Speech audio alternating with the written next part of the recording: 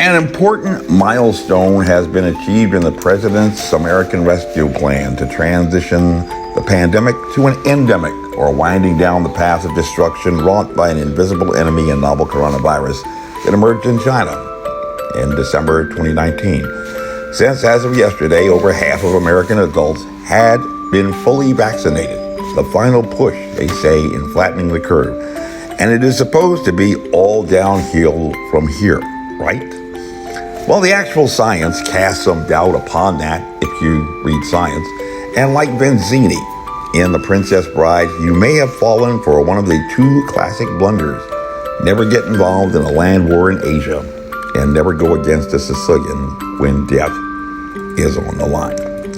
If you recall, the evil genius VACCINATED fell victim to the pirate Wesley, who had defeated his giant, indicating his strength, and defeated his Spaniard, demonstrating his intelligence. But in a final battle of wits, he tells the fair princess, the Princess Wesley that is, that for several years he had been consuming small portions of deadly iocane powder from Australia until he developed an immunity, right? The pirate Wesley was teaching you science in a children's movie, and you probably were having such a good time popping back kernels of popcorn while sipping on Kool-Aid without even knowing the flavor. The pirate Wesley sat down in that challenge at the table without disclosing his vaccine passport, right? A little sneaky. And the science is actually called mithridatism, introducing small quantities of a foreign substance to prepare your immune responses to identify and defeat its corrosive effects or preventing the development of a disease condition. It actually works. But I would posit that there is solid science to back it up, that the pirate Wesley could actually have died in that little experiment for one of two reasons. First, had he miscalculated the quantity of poison to put in the wine, his immune system would not have been at the level required to attack that quantum of pathogen. Oops, little error, a little bit too little. The immune response would have been triggered, but with insufficient force. Like the National Guard being deployed to call in to take out Rambo. Okay, you have a force, you have a reactionary force, but they can't defeat Rambo. And second, you'll even discover this bit of science in the most recent science reports on herd immunity, a term that has been around for over a century, even if you never heard about it, but you probably just only learned it recently.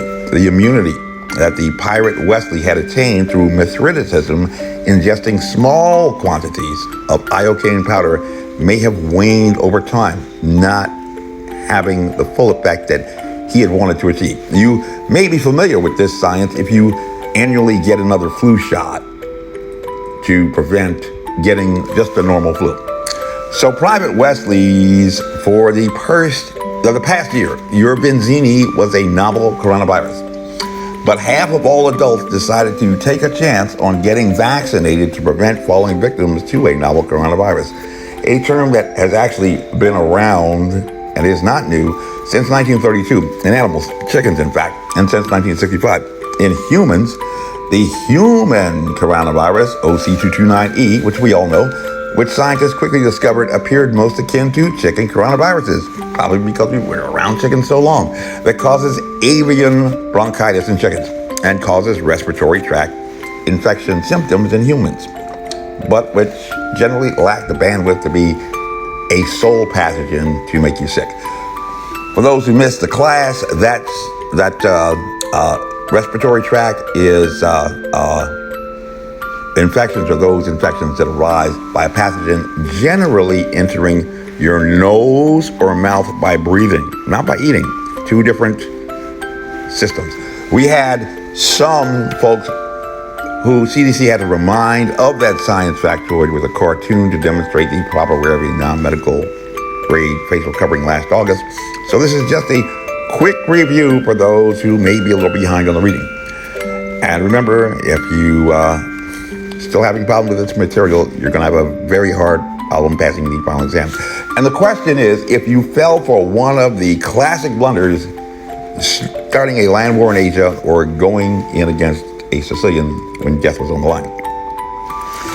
If you have been keeping up on your pandemic reading, and we have a lot of indications, a lot of people are not keeping up on their reading, while staying at home, being compliant, you know that the vaccine that you took was approved through what was called an emergency use authorization at the FDA, which normally approves medications with what is called a new drug application, or NDA, a term very familiar most to those in intellectual property law, especially for those who represent big pharmaceutical companies like Pfizer, Moderna, and Johnson & Johnson. And under the NDA, or new drug application, the FDA only wants big pharma to be able to answer affirmatively to only two questions in the 3-phase clinical trials. 1, will the medication or treatment kill you immediately? No, check the block. And 2, will the medication actually prevent the condition for which it is being approved? And probably 99% of the half of American adults who have already gotten vaccinated probably had in their minds that is what they got when they got a vaccine. And this is why you really need to be reading the science reports in a deadly pandemic, because remember that the only reason that you can read the news is because of our sponsors, like Geritol, who pay our bills. So the unbiased and incisive analysis that you get may have an imported bias.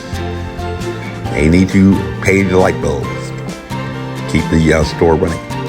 And so things may not have gone the way that they went in your head.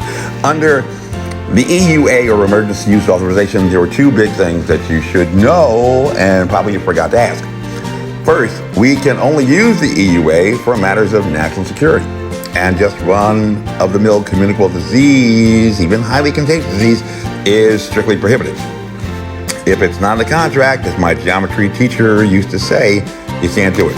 And the EUA generally can only be used after approvals by folks like DOD or DHS, Homeland Security that is, if the agent is being deployed as a nuclear, radiological, chemical, or biological weapon. Same thing with the Defense Production Act, all of which were used for your vaccine. So the first thing that you should have known was that you were getting a vaccine to prevent infection by a biological weapon of terror, not a highly contagious communicable disease. You didn't know? Well, Big Pharma already obtained their immunity from being sued from the government, and you are an adult who didn't do your damn homework, so that's on you. Moving on. Second, under the EUA, or Emergency Use Authorization, again, there are basically only two questions in the clinical trials, most of which apparently were not even conducted in the United States for whatever reason. Kind of went offshore. And that's really not my problem, because you are an adult and should have done your damn homework. First, will the vaccine or medicine likely kill you? Yes, remember that, likely kill you. Majority doesn't die, then check the block and proceed to criterion 2. And this is probably the most important, especially if you're still sitting on the fence like Benzini, stalling or demonstrating your dizzying intellect on vaccines. Will the vaccine, medication, or treatment induce an immune response? An immune response. Not prevent harm of disease, but simply trigger the immune response. Like you sneeze when you get a little bit of dust inside your nose. Like the pirate Wesley was slowly doing through Mithridatism for years before he developed what he believed to be a sufficient level of immunity to iocane powder poisoning. And pause here for one important point on immune response therapy. Mithridatism has been around for centuries, ages. However, this level of vaccines is basically something like triggering an immune response. However, on the interferon level, this is actually very, very new. Towards the end of the 20th century, around 1995, we started playing with cancer. And this is where this comes in. And as late as just before COVID-19, this is actually unproven. We've never found it to work yet. Forget about, modified RNA and all this kind of stuff. This interferon level immune response idea is actually very new. So you're actually kind of a guinea pig on that too. Well, The liability-free big pharma companies, not long before over half of American adults decided that they needed to get a vaccine and became so afraid of a novel coronavirus that they didn't read the damn reports and simply decided to go on an impulse shopping spree for a cure during a deadly pandemic when even 24% of atheists began to pray. And we all know that pandemics historically are times associated with fear, confusion, and despair. Imagine that. Announced that your one-shot Pfizer guaranteed to produce an immune response, not prevent, but produce an immune response at you only 66% of the time.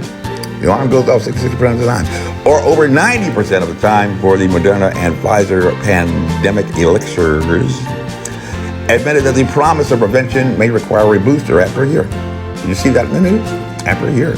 So having worked yourself up for one brand new and unproven vaccine, they have broken the bad news to the children gently to let you know to start building up your courage again to become a pincushion guinea pig once more, because the intended effects of your vaccine passport to freedom is one of those deals that won't last forever. Built-in durability. And so they got you coming back again for new purchase as a satisfied customer. But if you read the requirements in the EUA, or Emergency Use Authorization, only used for biological weapons, published by the FDA, the vaccine was supposed to last for at least 2 years. What? 2 years? That's right, 2 years. But free from liability, Big Pharma is now telling you that you may have to return after a year. And if you actually read the clinical trials and approvals, you know that they only guaranteed an immune response to the FDA for as little as 2 months, a little short of the 2-year guarantee in the contract. So from day one, you and FDA knew, or should have known, that the vaccine was not a permanent fix, that the liability-free from being sued ever, Big Pharma was able to give you. Don't you feel good? But now, let's talk about the small dose of iocane powder immune response trigger for which you lined up, panicked about shortages, and tried to rush to the front of the line to get. If we use the EUA, Emergency Use Authorization, and the Defense Production Act, you know, or should have known, that you were being given a preventive measure to fight off a biological epidemic. And this particular invisible enemy has been consistently validated to have a less than 5% secondary attack rate, or 95 out of 100 people in the general population who come into contact with this biological weapon will have no infections at all, as they average things out, basically. This is a no-brainer, folks. It doesn't get any easier than this. My name is Major Mike Webb. By God, I am running for Arlington Public School Board. This advertisement was authorized by Mike Webb.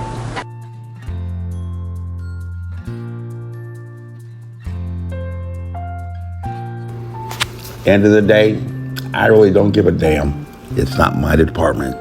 Honest. And y'all come back now. Here.